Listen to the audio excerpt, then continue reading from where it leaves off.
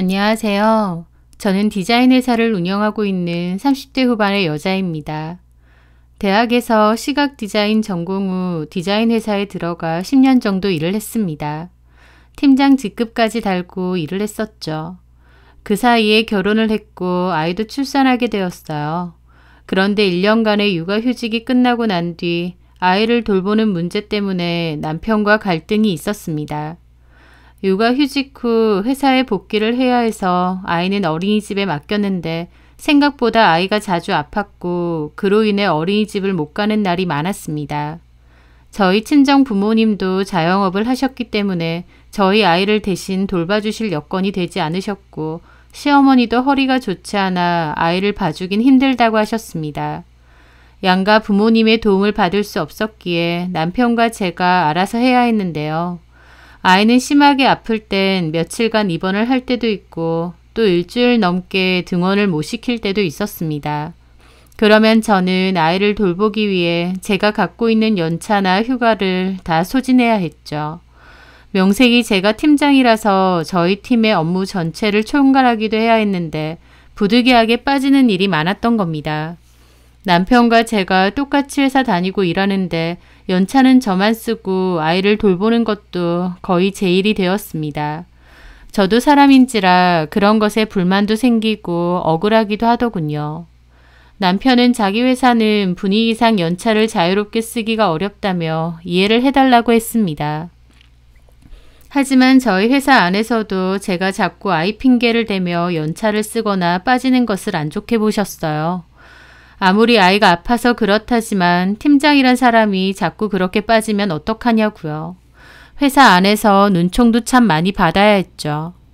게다가 그렇게 하루씩 빠지면 제 일도 엄청 밀리는 겁니다. 저는 일거리를 집에까지 들고 와서 한 적도 많고 회사를 가도 밀린 일 때문에 밤늦게 야근하면서 기한을 맞추려고 아등바등 하게 되었습니다. 손이 많이 가는 어린아이를 키우면서 회사 생활을 한다는 게 결코 녹록지 않더군요. 저는 몸과 마음이 너무 지쳤고 남편하고도 자주 다투게 되었습니다. 게다가 가장 문제는 아이가 아프거나 어린이집을 못 가는 것이 아이 잘못이 아닌데도 아이한테 자꾸만 화풀이를 하게 된다는 것이었어요. 아이가 아프기라도 해서 제가 회사를 못 가고 일이 밀린다고 생각하면 화가 나고 속이 갑갑해져 왔던 거죠.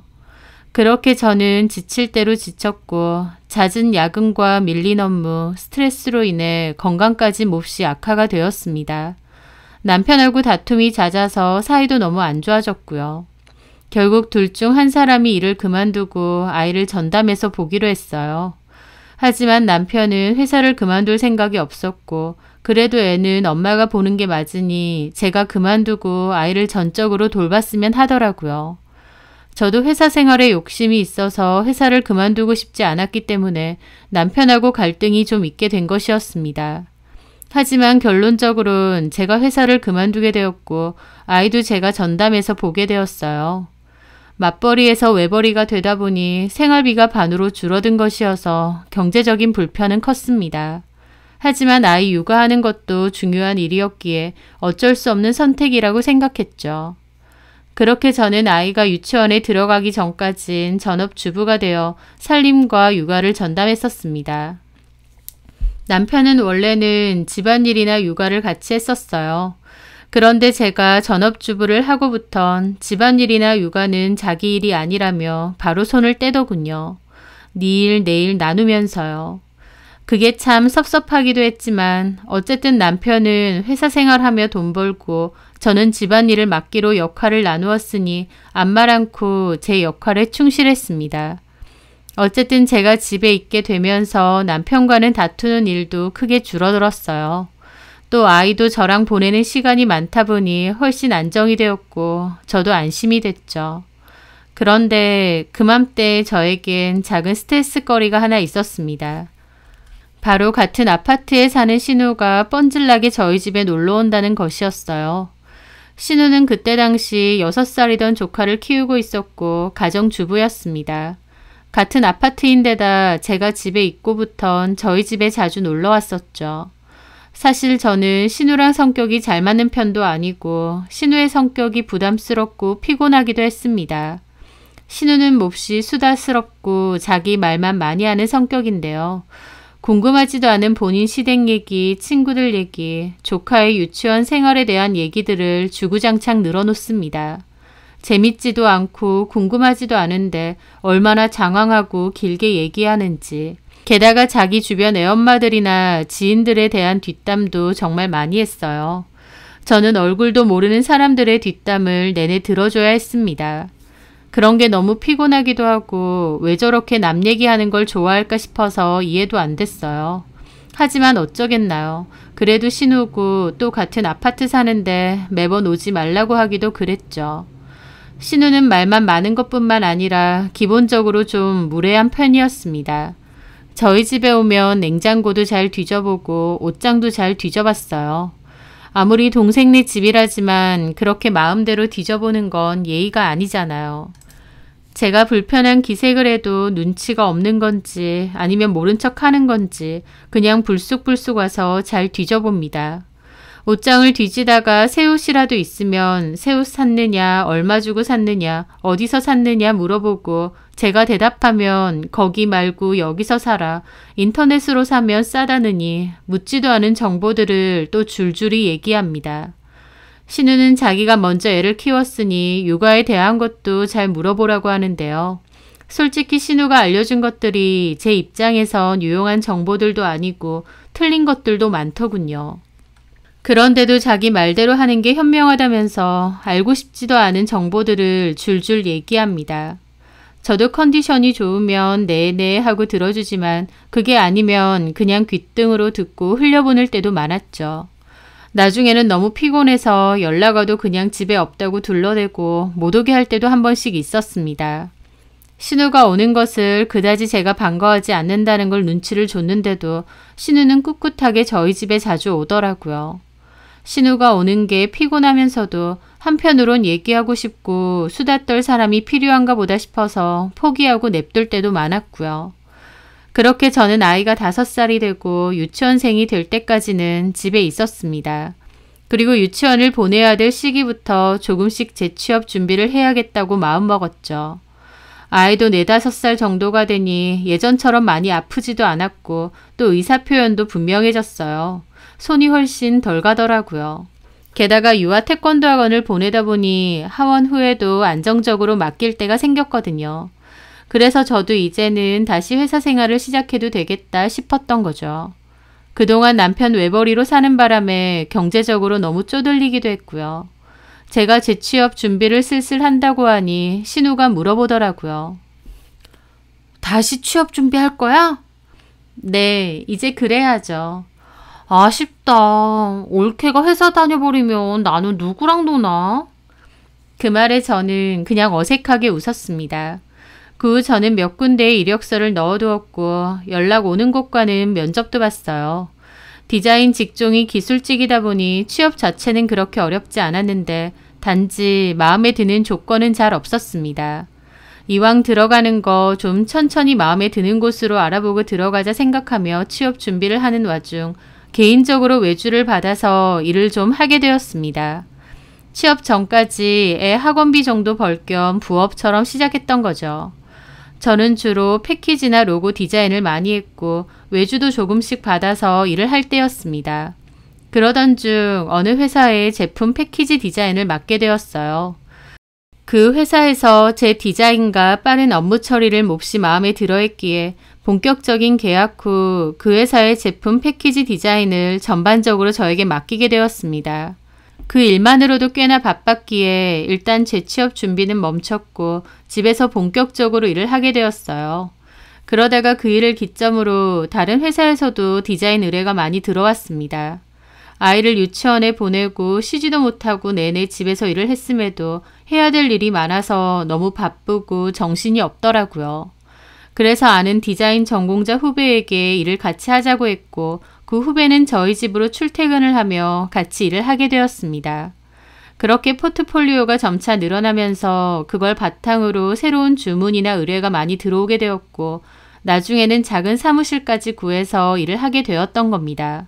처음부터 본격적으로 디자인 사무실을 차리려던 게 아니라 잠깐 취업 전에 부업식으로 하려던 일이었는데 결국은 일거리가 늘어나고 늘어나다가 제 디자인 사무실도 차리고 직원도 한둘씩 점차 늘어나게 된 거였습니다. 때로는 뭔가 각 잡고 시작하지 않아도 이런 식으로 일이 풀리기도 하더라고요. 그렇게 시간이 흘렀고 어느새 저는 직원 5명이 있는 디자인 사무실의 대표가 되었습니다. 계약 후 꾸준하게 거래를 하는 업체들이 많았기에 매출도 괜찮은 편이었고 직원이 늘어나면서 사무실도 좀 더 넓은 곳으로 옮기게 되었죠. 제 사업체가 꾸준하게 잘 되어가면서 금전적으로도 크게 여유가 생겼습니다. 남편 혼자 외벌이를 하고 그 월급을 받았을 때와 비교하면 몰라보게 사정이 좋아진 거죠. 남편이 외벌이를 하고 제가 집에 있을 땐 참 많이 빠듯했습니다. 남편 월급으로는 세 식구 생활비가 충당이 안 될 정도여서 제가 따로 모아두었던 돈도 야금야금 많이 꺼냈었어요. 그것도 1, 2년 지나니 더 이상 꺼냈을 돈도 없더라고요. 남편의 월급이 많지는 않았기에 나름 허리띠를 졸라맸지만 그래도 애 키우고 하니 돈이 많이 들어갔어요. 저희는 마이너스 통장도 여러 번 했었고 친정의 도움을 받은 적도 몇 번 있었습니다. 그때는 돈이 아쉽고 참 힘들었는데 제 사업체를 운영하게 되고 매출이 꾸준해지면서 훨씬 여유로워진 거죠. 남편도 제가 돈을 잘 벌게 되면서 입이 귀에 걸렸습니다. 남편은 오래된 중고차를 타고 다녔는데 그것도 제가 최신형 SUV로 바꿔줬고 집에 들어가는 대출금도 제가 많이 상환했거든요. 남편도 회사 생활 계속 열심히 하고 저도 제 회사를 잘 꾸려나가고 그렇게 계속 지냈으면 좋았으련만 어느 날 참 황당한 일을 겪어야 했습니다. 보통 남편이 먼저 출근을 한 뒤 그 다음에 제가 등원 준비를 한 아이를 데리고 같이 나가거든요. 가는 길에 아이를 유치원에 데려다주고 저는 제 사무실로 곧장 출근을 했던 겁니다. 그런데 그날은 아이를 보내놓고 사무실로 가던 도중 깜빡하고 집에 외장하드를 놓고 왔다는 것이 떠올랐어요. 집에서도 일을 좀 해야 돼서 챙겨갔는데 깜빡하고 그대로 놓고 온 거였죠. 저는 회사로 가던 도중 걸음을 돌려 집으로 다시 가게 되었습니다. 그런데 비밀번호를 누르고 집 안으로 들어간 저는 깜짝 놀라 비명을 지르게 되었어요. 왜냐면 거실에는 출근했어야 할 남편이 떡하니 앉아 있었거든요. 남편도 갑자기 제가 들어와서 놀랐는지 그대로 얼어붙어 있었죠. 당신 뭐해? 회사 안 갔어? 그게... 저는 황당한 기분으로 남편을 봤는데 이미 옷도 편한 옷으로 갈아입었더라고요. 남편은 제 눈치를 보더니 이실직고를 했습니다. 저기 여보 정말 미안해. 미리 말 못해서. 실은 나 회사 그만뒀어. 2달 정도 됐어.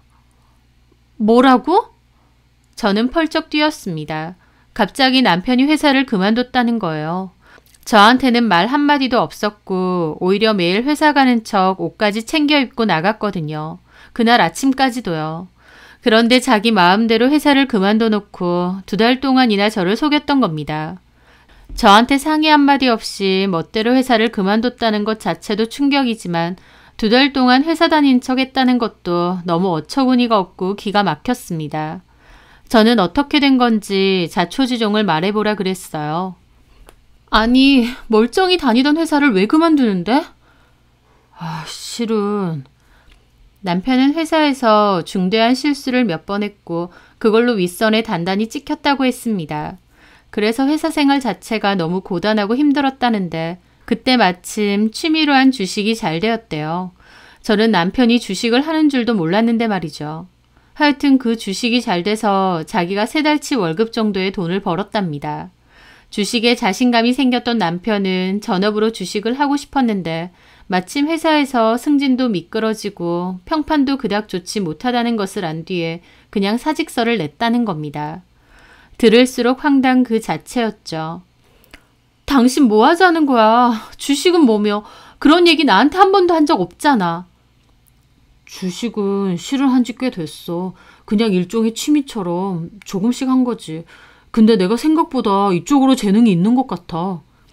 그러면 주식으로 번 돈을 월급이라고 속이고 생활비로 냈던 거야? 그렇지. 참나. 너무 어이가 없으니 말도 안 나오더라고요. 그런 걸 어떻게 나한테 다 속일 수가 있어. 속였다고 말하면 내가 더 서운하지. 자기한테 솔직하게 말하기 힘들었던 내 속은 오죽할까. 왜 솔직하게 말하기가 힘든데. 다 말했어야지. 우리 부부 아니야? 내가 이렇게 안 들어왔으면 계속 속였겠네? 아니야. 곧 얘기하려고 했는데 하면서 남편은 한숨과 함께 그러더라고요. 자기는 요즘 사업도 잘 되고 승승장구하는데 나는 직장 생활도 계속 고꾸라지고 자기 볼 면목도 없고 너무 힘들더라고. 그러다가 주식이 그나마 잘 되니까 이쪽으로 올인하자. 그러면 나도 돈도 좀 벌고 숨통 좀 트이지 않을까 했던 거야. 아니, 다 좋은데 일단 나한테 말을 했어야지. 미안해. 일부러 속이려던 건 아니고 말해야지 하면서도 못했어. 저를 속인 게 한두 개가 아니다 보니 너무 어이가 없었습니다. 하지만 저는 일단 출근해야 돼서 나중에 다시 얘기하자고 했죠. 그렇게 사무실로 갔고 일을 하는데 일에 집중이 안 되더라고요. 남편이 저 몰래 회사 그만두고 게다가 집에서 주식한다고 그러고 이걸 어째야 되나 싶었습니다.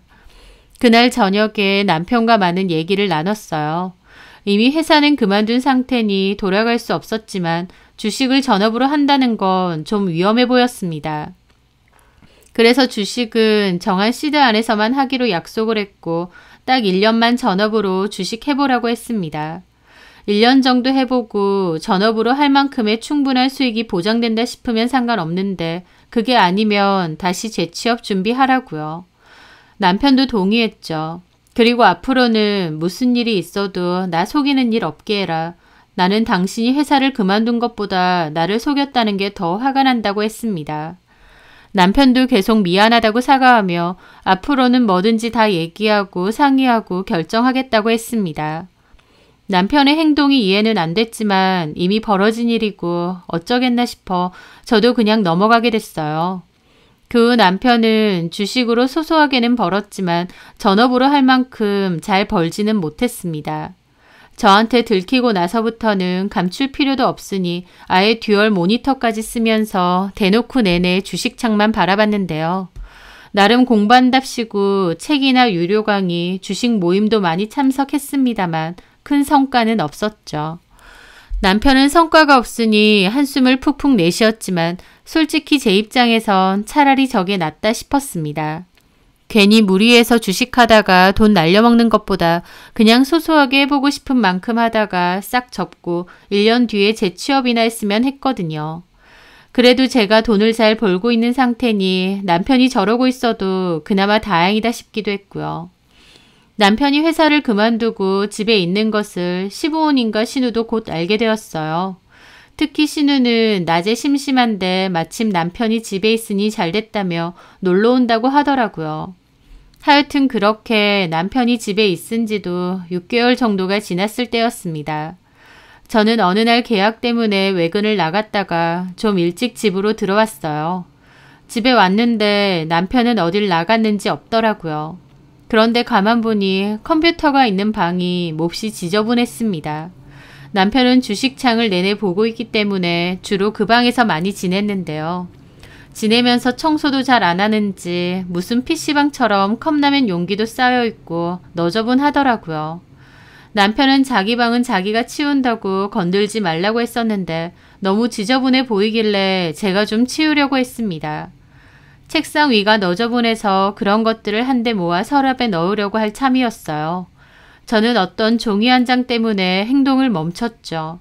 그 종이에는 유전자 연구소 시험 성적서라고 적혀 있었습니다. 그리고 시험 대상자 인적사항 중 이름은 A, B로 표시되어 있었고 개인 확인용 검사라고 표기가 되어 있었습니다. 그리고 결과 부분엔 유전자 자위가 일치하지 않아 친생자 관계가 성립되지 않는다고 되어 있더군요. 그걸 보는데 머리가 멍해졌습니다. 그건 드라마 속에서나 보던 친자확인 결과지 같은 거였어요. 이게 여기 왜 있지 싶더라고요. 게다가 친생자 관계가 성립되어 있지 않다고 적혀 있어서 더 충격이었죠. 남편의 서랍 안에 있었기 때문에 남편이 의뢰한 것 같았습니다. 설마 남편이 본인과 저희 아이를 의뢰한 걸까? 라는 생각이 들었어요. 하지만 그건 말이 안 됐습니다. 왜냐면 저희 아이는 당연히 제 남편과 제 사이에서 나온 아이니까요. 저는 하늘을 우러러 남편을 속이거나 부끄러운 짓을 한 적이 단 한 번도 없습니다. 만약 이 결과지가 친자 관계가 성립됨이라고 나왔다면 남편이 나를 의심해서 몰래 이런 검사를 했구나 라고 생각했을 거예요. 하지만 이 결과지는 친자가 아니라고 분명 나와 있었습니다. 그 말인 즉슨 그 순간 머리가 띵하더라고요. 남편이 자신의 친자일지도 모르는 누군가와 친자 확인을 했다는 뜻이었으니까요. 한마디로 저 몰래 외도를 했었고 그 결과로 아이가 생겼고 그 아이와 친자 검사를 한 게 아닌가 싶었습니다. 그걸 깨닫는 순간 속에서는 용암 같은 분노가 끓어올랐어요. 이 인간이 하다하다 이제 딴짓까지. 게다가 이런 친자 검사까지 할 정도로 작정하고 딴짓을 했나? 라는 생각이 들었죠. 저는 그 결과지를 챙겨들고 집에 있는 프린터로 일단 복사를 했습니다. 남편에게 바로 따져 물을 건데 행여나 남편이 결과지를 찍거나 없앨지도 모른다는 생각 때문이었죠. 저는 원본은 화장대 서랍 안에 넣어두고 사본 결과지만 챙겨들고 있었습니다. 남편이 집에 돌아오길 기다리는데 너무 화가 나서 가만히 자리에 못 있겠더라고요. 정말 남편이 외도를 저지른 거라면 뒤도 보지 않고 이혼할 거다 이를 바득바득 갈았죠. 저 몰래 회사 그만두고 저 몰래 주식한 것도 너무 괘씸했지만 그래도 100번 양보해서 그런 건 다 이해하고 넘어가 주었습니다. 하지만 이건 이해해주고 말고 할 게 아니었으니까요. 그렇게 기다리는데 마침 남편이 들어왔어요. 자기야 일찍 왔네? 저는 싸늘하게 남편을 쳐다보며 이리 와보라고 했습니다. 두어 시간 뒤에 아이가 태권도 학원을 마치고 올 예정이었기에 마음이 다급해지더라고요. 저는 남편 앞에 그 결과지 사본을 내려놨습니다. 남편은 보고 그게 뭔지 단박에 알아차리고 아차 싶은 표정이더군요. 이게 뭐야? 어디 설명해봐. 이게 뭐냐면 누구야? 누구랑 친자 검사했어? 지금부터 똑바로 얘기해. 나 그냥 넘어갈 생각 없으니까. 얘기하기 싫으면 지금 바로 법원 가서 이혼 서류 받아오고. 이혼이라는 말에 남편 눈이 휘둥그레졌습니다. 이혼이라니, 여보. 그러니까 빨리 말하라고. 누구야? 어떤 년이랑 사고 쳤어? 그 여자가 애 낳았는데 당신 애라고 하디? 그래서 이런 것까지 해봤어? 저기 내게 아니고 내 친구 중에 홍진이라고 알지? 그 자식 거야. 그 자식이 와이프 몰래 사고치고 이런 걸 했더라고. 남편은 당황했는지 말도 안 되는 헛소리를 변명이라고 하더라고요. 그래, 그럼 홍진 씨한테 전화해. 스피커폰으로. 홍진이 전화 잘 안 받아. 제발 말이 되는 소리를 해. 홍진 씨가 사고치고 이런 검사까지 했는데 그 결과지를 당신이 왜 들고 있어? 그거야. 자기 집에 있으면 안 되니까. 자꾸 헛소리 할래? 내가 바보로 보여? 긴 말 필요 없다. 그냥 일어나. 바로 법원 가게. 여보. 이런 순간까지 말도 안 되는 거짓말하면서 나를 속이려 들어? 내가 지금 뻔히 이걸 보고 있는데? 너는 진짜 답도 없다. 그냥 일어나. 그 순간 남편은 무릎 꿇고 빌었습니다. 미안해. 다 얘기할게. 거짓말 하나도 없이 다 얘기할게. 한 번만 봐줘. 저는 쌍욕이라도 하고 싶은 걸 참으며 어디 말해보라고 했습니다.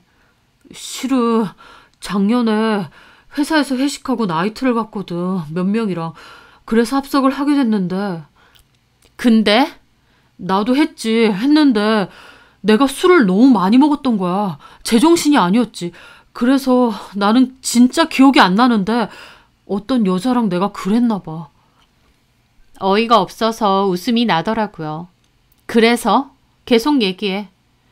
새벽에 정신 깨고 보니까 내가 모텔에 누워있고 그 여자가 내 옆에 있는데 나도 소름이 쫙 돋더라니까. 이 꽃뱀 같은 여자한테 당한 것 같기도 하고. 하여튼 시겁해서 도망쳤지. 그런데 그 뒤에 그 여자가 임신을 했다고 전화가 온 거야. 그 사이에 연락처도 주고 받았나 보네? 아니, 나는 술김이라 기억이 안 나는데 내가 명함을 줬었대. 내가 진짜 미친놈이었지. 하여튼 그 여자가 임신을 했다고. 그래서 말도 안 되는 헛소리 하지 마라. 나는 기억도 안 난다. 너 꽃뱀이냐 욕을 한 바가지 하고 그냥 전화를 끊었어. 그리고 그 뒤론 전화가 안 오길래 역시 돈 뜯어내려고 사기치려고 했구나. 내가 단호하게 나왔으니 망정이지 했단 말이지. 그런데 2달 전에 그 여자가 갑자기 다시 연락이 온 거야. 애 사진을 보내면서 내 애래. 자기가 그냥 나왔대. 그러면서 돈을 요구하는 거지. 말 같지도 않은 소리 하지 마라. 그 애가 내 애라는 보장이 어디 있느냐 했더니 회사에도 알리고 당신한테도 알릴 거래. 협박을 하더라고. 완전 미친년이었던 거지. 그래서 한 번은 어쩔 수 없이 만났어. 애도 데리고 나오라고 그랬지. 그 여자가 애를 데리고 나왔고 애 살펴보는 척하면서 몰래 머리카락 몇 개 뽑았거든. 그리고 검사를 의뢰했더니 아니나 다를까 내 애가 아닌 걸로 나온 거야. 그 여자가 작정하고 나한테 돈 뜯으려고 했던 거지. 나도 당한 거라니까. 봐봐, 친자가 아니라잖아. 내 애가 아닌 거야. 친자가 아니지 않냐며 급 당당해지더라고요. 그래서 제가 그랬죠. 어쨌든 나 속이고 나이트 가고 거기서 여자들이랑 부킹하고 모텔까지 갔다는 뜻이네? 당연히 그 여자랑 잠도 잤을 거고 결과적으로 애는 네 애가 아닌데 외도는 했다 그 말이잖아. 아니지. 나도 당한 거지. 그 여자가 완전 작정한 꽃뱀 같아. 나 뜯어먹으려고.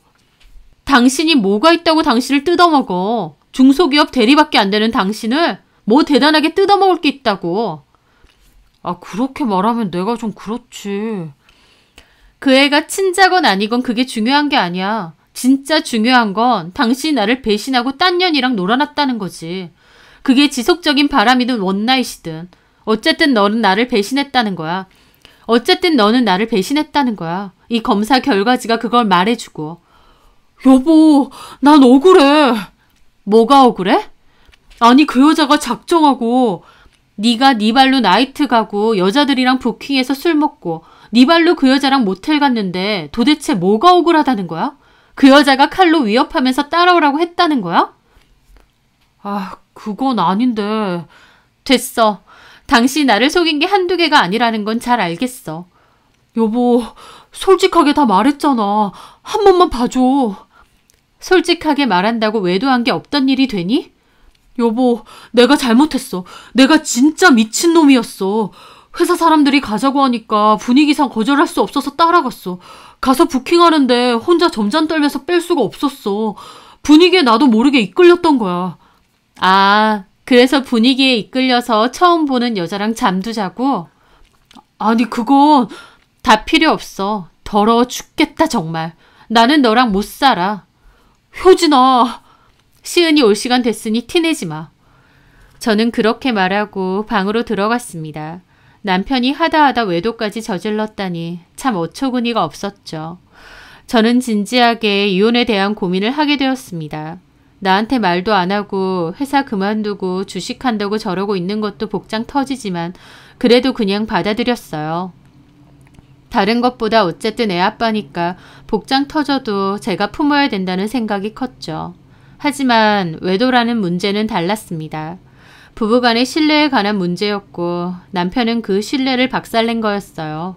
이걸 제가 용납할 수가 있을까 싶었습니다. 남편 말 맞다나 그 여자가 전문 꽃뱀이라 할지언정 어쨌든 남편이 외간 여자와 모텔에 가고 동침을 했다는 것은 명백한 사실이니까요. 저는 그때부터 남편과 아무 말도 섞지 않았습니다. 이혼 서류도 받아오고 제 부부는 미리 작성도 했어요. 하지만 이혼이라는 게 그렇게 생각처럼 단호하게 되진 않더라고요. 다른 건 다 차치하고라도 결국 아이가 너무 걸렸습니다. 저도 지금은 괜찮지만 어린 시절 친정 부모님의 사이가 몹시 안 좋았던 적이 있어요. 이혼 얘기까지 오갈 정도로요. 무슨 이유 때문에 그러셨는진 아직도 모르겠지만 이혼 한 해 만에 하시고 싸우기도 많이 싸우셨습니다. 저는 그때 부모님이 이혼하실까봐 너무 두렵고 무서웠어요.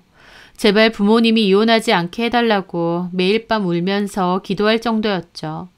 결국 부모님은 화해하시고 지금은 잘 지내시지만 그때의 두려움과 기억은 아직도 생생합니다. 그만큼 자식에게는 부모의 이혼이 크잖아요. 그 불안함과 두려움을 저도 조금이나마 느껴봤기에 저희 아이를 생각하면 선뜻 이혼이란 결정을 못 내리겠더라고요. 돈도 제가 잘 벌고 있고 아쉬울 게 없는 상황인 건 맞지만 그래도 이혼이라는 건 쉽게 결정 내릴 게 아니었습니다. 그리고 남편은 정말 미친 듯이 빌었어요. 잘못했다, 자기가 나쁜 놈이다, 어리석었다 울면서 그렇게 빌었죠. 처음엔 씨알도 안 먹혔지만 하루가 멀다 하고 빌고 반성하는 모습에 저도 마음이 조금씩 흔들렸습니다. 게다가 그맘때 일부러 저 보란 듯이 그러는 거긴 하겠지만 집안일도 열심히 하고 아이랑도 최선을 다해 놀아주더라고요. 그게 너무 속보이고 더 얄밉게 느껴지긴 했지만 단호하게 이혼하겠다는 결정은 잘 안 내려지더라고요. 이혼하고 후회하진 않을까, 아이가 아빠를 너무 찾지 않을까, 이혼 가정에서 자랐다는 게 아이에게 큰 상처는 아닐까 많은 생각을 했습니다. 제가 우유부단하게 확고한 선택을 못 내리면서 하루 이틀 시간은 속절없이 흘러갔죠. 이혼을 할 것도 아니고 안 할 것도 아닌 그 어정쩡한 상태가요. 그런데 그런 제 선택을 명확하게 해주는 한 사건이 생겼습니다. 흐리멍텅하게 그냥 넘어갈까, 한 번만 봐줄까 이러고 있다가 그 사건으로 인해서 정신이 제대로 들었다고나 할까요? 그 사건은 남편의 지난 외도 사건을 알고부터 3주가량이 흘렀을 때였습니다. 낮에 클라이언트를 만나려고 영업 담당 사원이랑 외근을 나갔다가 들어오던 때였어요. 회사에서 갑자기 전화가 왔더라고요. 대표님, 언제 들어오세요? 우리 지금 들어가는 중이에요. 강 대리님, 무슨 일 있어요? 저기 대표님 시어머니 분이랑 신우분께서 오셨는데. 네? 사무실에요? 네, 대표실에 앉아 계세요. 직원은 곤란한 듯 전화를 하더라고요. 연락도 없이 어머님과 신우가 갑자기 사무실에 왜 오셨지 생각하며 차라도 한 잔 준비해달라고 바로 들어간다고 했습니다. 근처에 왔다가 잠깐 들른 건가 싶기도 하고 의아하더라고요. 그렇게 저는 사무실로 복귀를 했고 대표실 안으로 들어갔습니다. 어머님과 신우가 제 책상 앞에 있는 소파에 앉아 있더군요. 어머님, 형님 오셨어요? 저희 사무실엔 어쩐 일로? 그런데 그 순간 어머님이 저를 획 노려봤습니다. 그러더니 갑자기 테이블 위에 있는 찻잔을 제 쪽으로 집어 던지는 겁니다. 제가 맞지는 않았지만 찻잔은 벽에 부딪혀서 와장창 깨졌고 저는 너무 놀라서 그대로 몸이 얼어붙었어요. 직원도 놀라서 무슨 일이냐며 대표실 문을 확 열더라고요. 대표님! 저도 갑작스러운 어머님의 행동에 뜨악해서 물었습니다. 지금 뭐 하시는 거예요? 뭐 하시는 거예요? 내가 뭐 하는 것 같니? 지금 생각 같아서는 네 머리털을 다 뽑아놔도 직성이 안 풀려! 하면서 난데없이 소리를 지르고 화를 내시는 겁니다. 신우도 옆에서 저를 흘겨보고 있고요. 그 모습에 저도 화가 나더라고요. 뭐 때문에 이러시는지 말을 하셔야 할 거 아니에요. 큰 소리가 오가자 직원들까지 웅성거리며 대표실 근처에 왔습니다. 부끄러운 짓 한 주제에 어디서 뻔뻔하게. 그러게 말이야. 낯짝도 두꺼워. 제가 무슨 부끄러운 짓을 했는데요. 갑자기 사무실 쳐들어와서 이게 무슨 행패예요.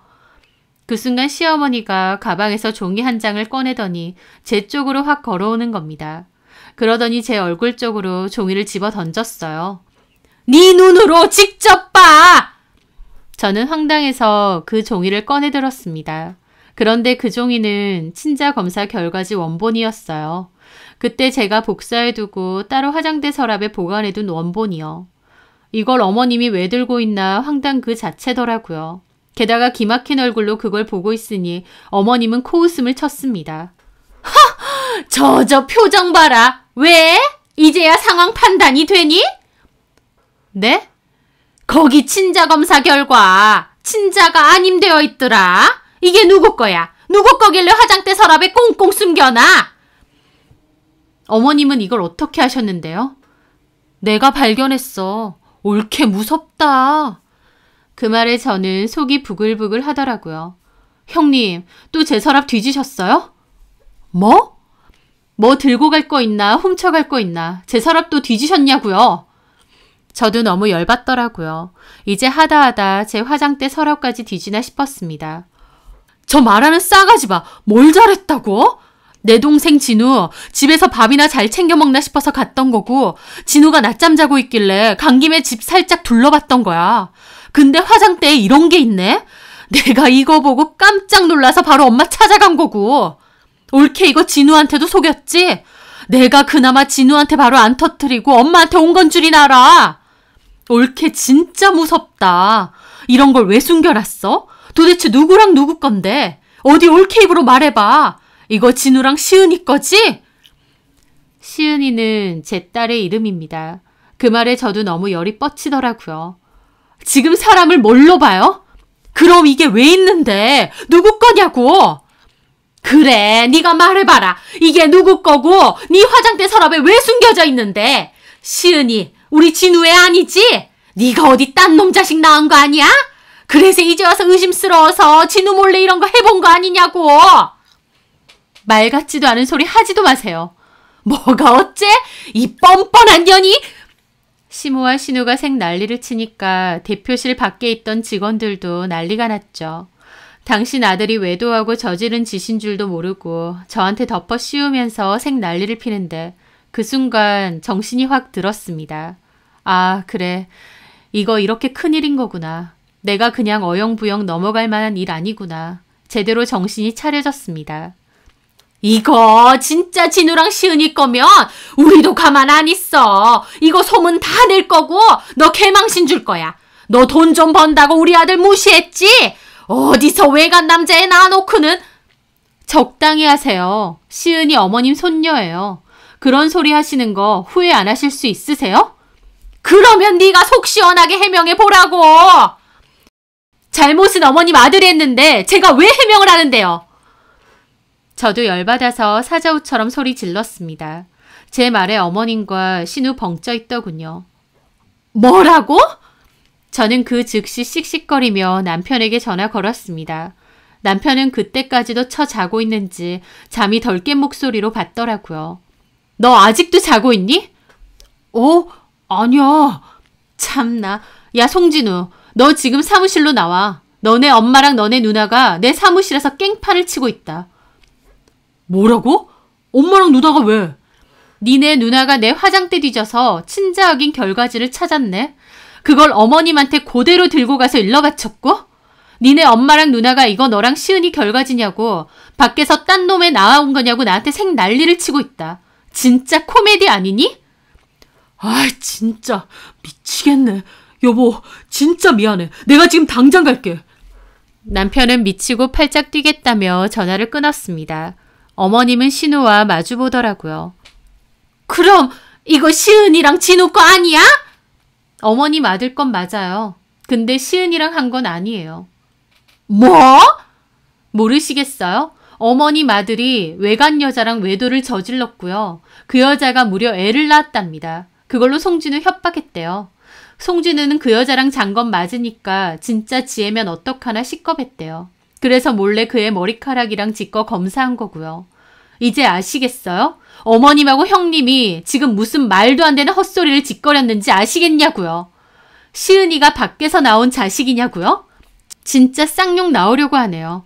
어머님 아들이야말로 처음 보는 여자랑 뒹굴고 애 낳을 뻔한 거라고요. 제가 화가 머리 끝까지 나서 소리 질렀고 시모와 신우도 입이 뜨악했죠. 밖에 직원들도 웅성거리고요. 직원들 보기 부끄럽긴 하지만 어쩌겠나요. 시모와 신우가 저희 사무실 쳐들어와서 저한테 따진 것부터 어쩔 수 없는 일인데요.